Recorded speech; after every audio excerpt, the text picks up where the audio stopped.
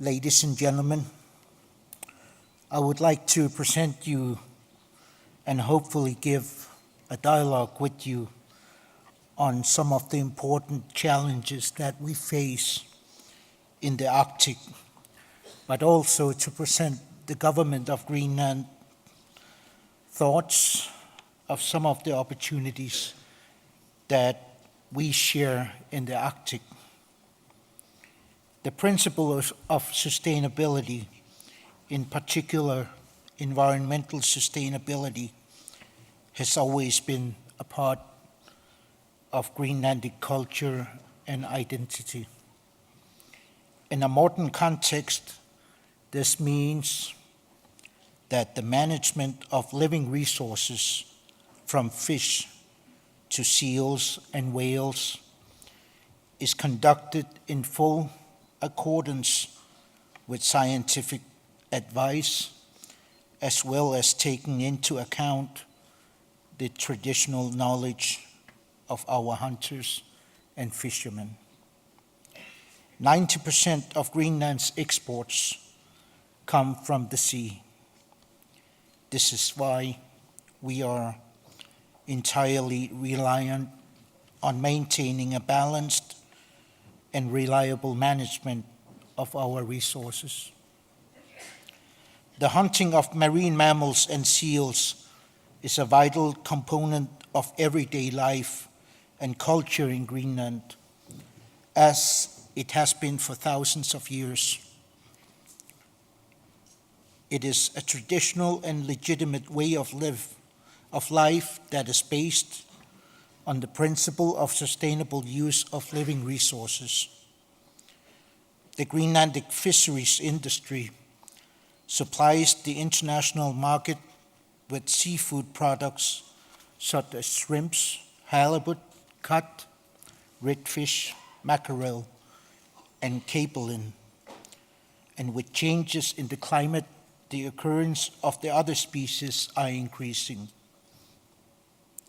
However, the tariff rates and other trade barriers remain an obstacle to increased trade with some of Greenland's main trading partners. The Government of Greenland is working hard to develop our relationships with our closest trading partners in order to provide better conditions for increased trade.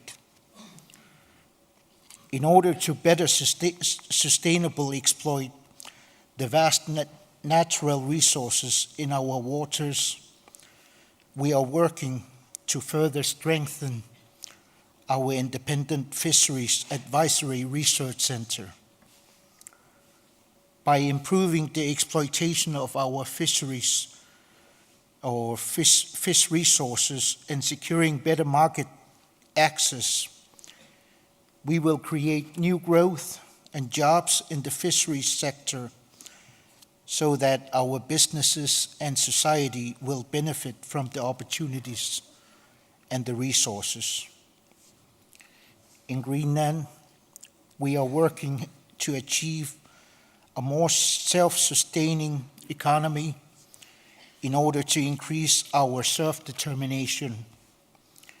To achieve this, we need to adapt our resource management and production so that the degree of processing of fisheries products in Greenland is increased.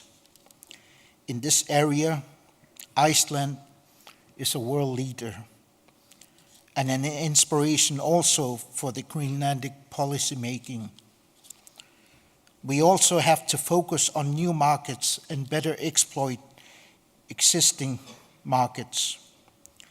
Domestically, we are working to create a more efficient labor market, and the most importantly, we need overall to improve the level of education in Greenland. In a country half the size of the European Union, with a population less than 60,000 people, the most important resource we have in Greenland is our human resources. Each and every one of us represents important and irreplaceable value through our abilities, our knowledge of our past, and our dedication to create results of our common future. The most important long-term strategy to contribute to Greenland's development into a more self-sustaining economy is to achieve a well-educated and well-trained population. Education and science open up new worlds, innovation, ideas, and development.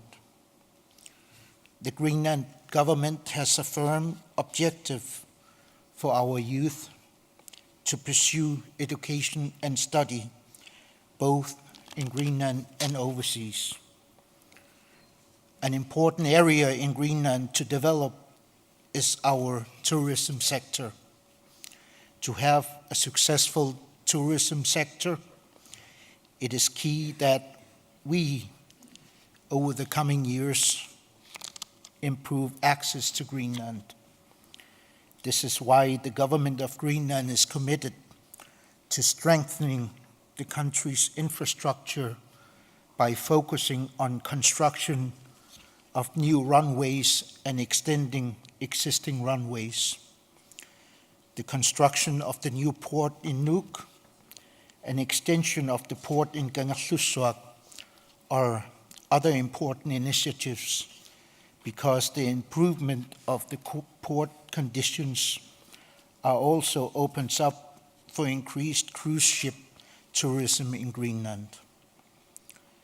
With new opportunities and potentials in the Arctic, we experience an increased global interest in our region, and we are grasping new possibilities for intensifying international cooperation within areas of on and offshore mineral extraction, infrastructure investment, scientific research, trade, and shipping.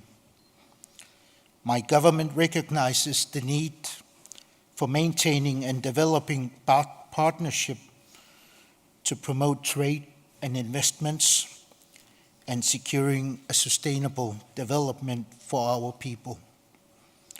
As governments, we need to cooperate to create sound international governance, whether it is close to our home in the Arctic or on the broader global scene.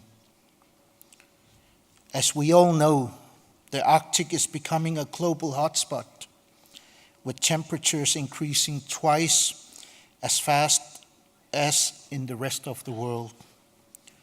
The climate change possesses serious challenges to our way of life.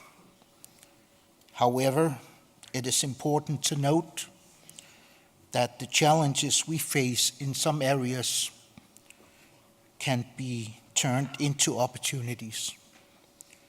The increased accessibility of the rich resources, both living resources and mineral resources, also brings about new opportunities for development.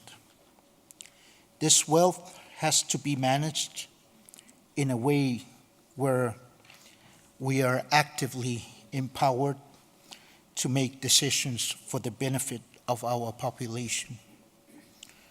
The Arctic is a global crossroad between commercial and environmental challenges and opportunities. It holds substantial natural resources in a particularly pristine and vulnerable environment. This is about the balance between resource utilization and conservation, and between industrial and environmental interests in the Arctic.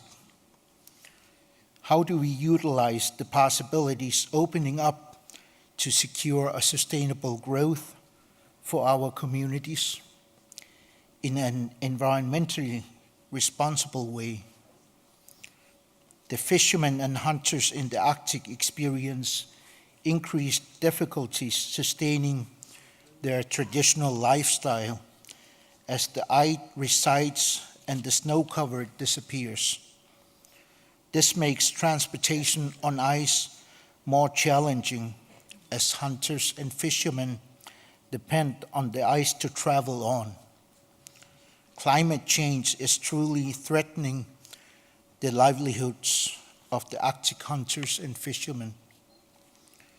For Greenland, this means that we have to utilize our non-renewable resources while we continue to protect the environment and the sustainable hunting and fishing. Our marine mammals and our fish will remain our most important source for food and economy for many generations to come. To ensure a sustainable economy while facing new and radical change to our traditional way of life and our unique Arctic biodiversity, Greenland and our economy are adapting.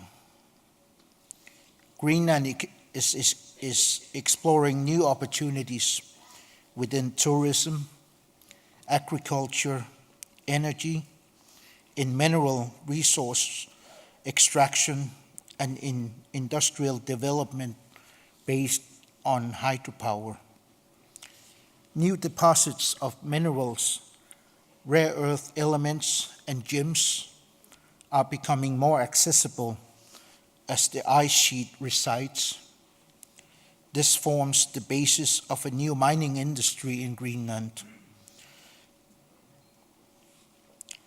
Other potentials in extractive industries, such as oil and gas, also become increasingly accessible due to the reduction of sea ice. Climate change is improving conditions for agriculture in the southwest Greenland, which will experience longer summers and winters will be less severe. Today, sheep herding and domestic potato production are growing in importance in this region of Greenland. In Greenland, we have invested intensively in renewable energy for more than a decade. We have further vast potentials for hydropower plants, and with the opening of the 5th hydropower plant in Ilulissat last year, we have now reached a goal we set back in 2009, which is 70% of our national electricity supply covered by renewable energy, and we can do even more. It is the Government of Greenland's priority to advance these opportunities without compromising the traditional way of life and culture in Greenland. Let us continue openly to explore the common interests and challenges in the Arctic region in order to facilitate an increased cooperation between all international Arctic stakeholders. Finally, in closing, I would like here today to acknowledge President Crimson for his outstanding accomplishment. In just 2 years, he has managed to put in more ways than any other world leader the Arctic on global map. This forum has achieved what no other regular gathering has succeeded before it in bringing together all the relevant stakeholders from the Arctic as well as from partners outside the Arctic. President Crimson has taken the Arctic Circle and Iceland to the world with thematic meetings recently held in Alaska and next month in Singapore. Greenland wants to contribute to play an important part in the Arctic Circle.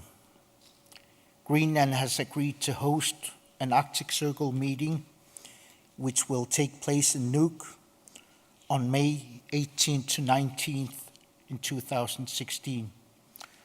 I look forward of seeing many of you in Greenland in 2016. Thank you.